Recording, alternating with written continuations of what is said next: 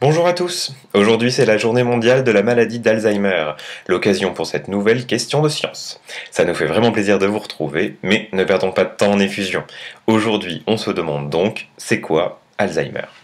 La maladie d'Alzheimer a été décrite en 1906 par le docteur Alois Alzheimer.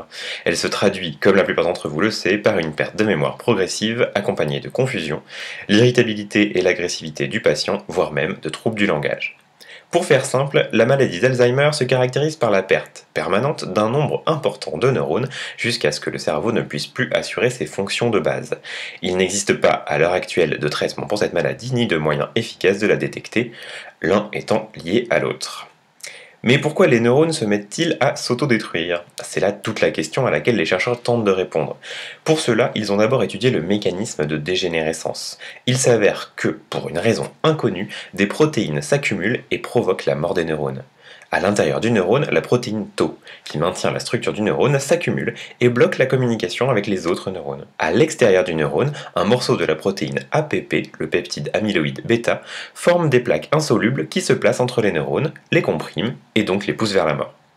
Les causes de ces mécanismes sont encore mal connues et de nombreuses recherches sont menées sur la question. Mais les chercheurs regardent-ils au bon endroit? Une étude récente montre qu'un autre peptide, le peptide amyloïde eta, formerait, à l'instar de son cousin bêta, des plaques insolubles. Le mystère reste donc entier. Voilà, j'espère que vous avez apprécié notre retour. Pour exhumer nos dernières questions de science, cliquez à gauche. Pour regarder les vidéos des entreprises innovantes qui nous ont fait confiance, cliquez à droite. Ciao les curieux!